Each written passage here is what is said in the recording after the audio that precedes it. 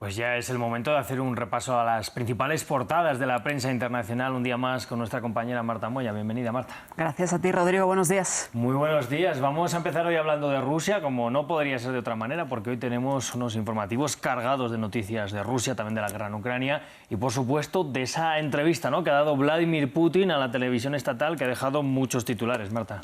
Titulares que recogen, entre otros medios, el periódico Viedomosti ruso, que nos habla, ¿no?, de que ayer el presidente Vladimir Putin continuó en esa travesía hacia su reelección en este domingo de elecciones que tendrán lugar en Rusia, después de la entrevista con Tucker Carlson, después de su discurso ante la Duma estatal. Ayer Putin concedió una entrevista a la televisión pública Russia One y a la agencia de noticias RIA Novosti.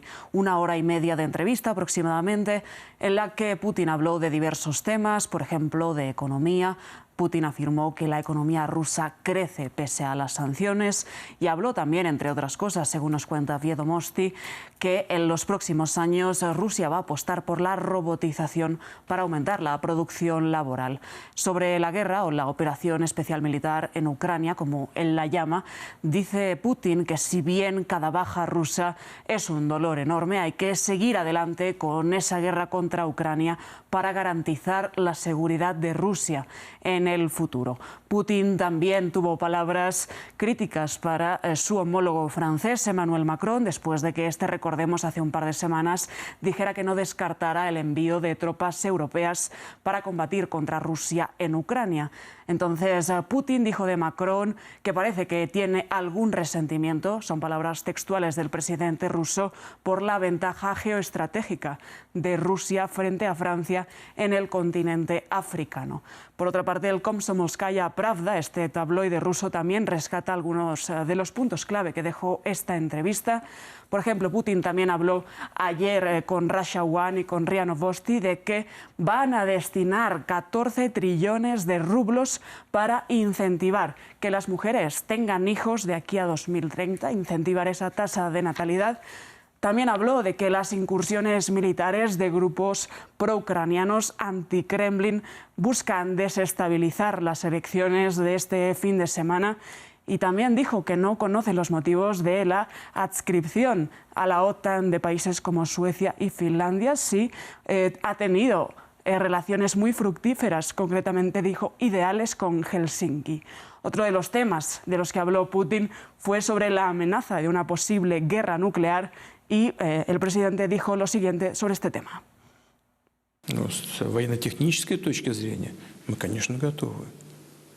Desde un punto de vista técnico-militar, por supuesto, estamos preparados para una guerra nuclear. En primer lugar, las tropas rusas están constantemente en estado de alerta para el combate. Y en segundo lugar, y esto también está generalmente aceptado, nuestra triada militar es más moderna que cualquier otra.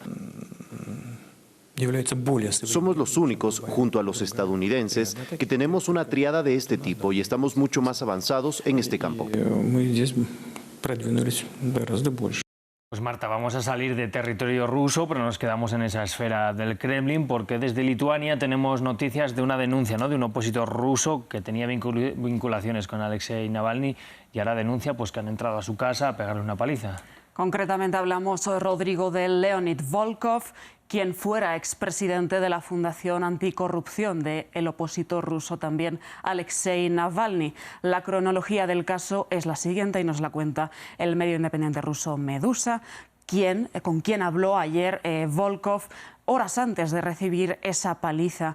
Dijo en esa conversación previa que el principal riesgo de los opositores rusos en estos momentos es básicamente que el Kremlin los mate. Horas más tarde, a cerca de las 10 de la noche, según reporta el propio periódico Medusa, Leonid Volkov estaba en su coche en un pequeño distrito a las afueras de Vilna, la capital lituana, cuando de pronto un tipo le rompió la ventanilla del coche, le roció gases lacrimógenos y le golpeó repetidamente con un martillo unas 15 veces. El resultado fue un brazo roto y contusiones tanto en la cara como en la pierna. Volkov fue trasladado al hospital y unas horas más tarde volvió a casa para continuar con su recuperación. A colación de esta noticia hemos destacado también un artículo del medio lituano Lietuvos Rytas quien cita a fuentes de la investigación antiterrorista que ya está en curso por este caso, destinada a criminalistas de élite, quien van a investigar todo este asunto y quienes dicen que no van a descartar ninguna hipótesis sobre este crimen contra el opositor ruso en suelo lituano. Entre esas hipótesis estaría que fuera un ataque político ordenado por el propio Kremlin o que incluso fuera un mensaje directo de Rusia hacia Lituania.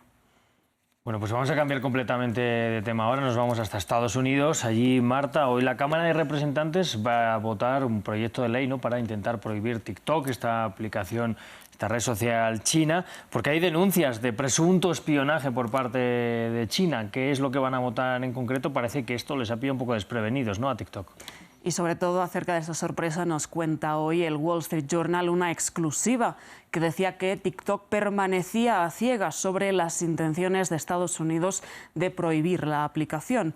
Este artículo que hemos destacado de esta exclusiva empieza así. Hace 2 semanas, ejecutivos de las operaciones de TikTok en Estados Unidos volaron a su sede internacional en Singapur con buenas noticias. Las buenas noticias era que no veían un peligro inminente de que Estados Unidos prohibiera la aplicación porque la campaña electoral de Joe Biden se había metido de lleno en TikTok después del Super Bowl. Lo que no sabían, y también nos refiere este artículo del Wall Street Journal, es que detrás de la escena, textualmente, un grupo bipartidista de legisladores y funcionarios de la administración Biden habían estado silenciosamente liderando una legislación para prohibir TikTok o forzar su venta a un propietario no chino, lo que pilló por sorpresa a TikTok. Dicen que este proceso se llevó a cabo de manera secreta porque era la única manera en la que podía prosperar. Recordemos que TikTok en Estados Unidos tiene 170 millones de usuarios y que ha sido blanco de esas críticas por presunta filtración de datos de usuarios estadounidenses hacia el gobierno de Xi Jinping. Dice el Wall Street Journal que esta vez es la ocasión cuando es más fácil que prospere esa prohibición y que está verdaderamente en riesgo TikTok en año electoral y que ya la aplicación se ha puesto manos a la obra para impedirlo.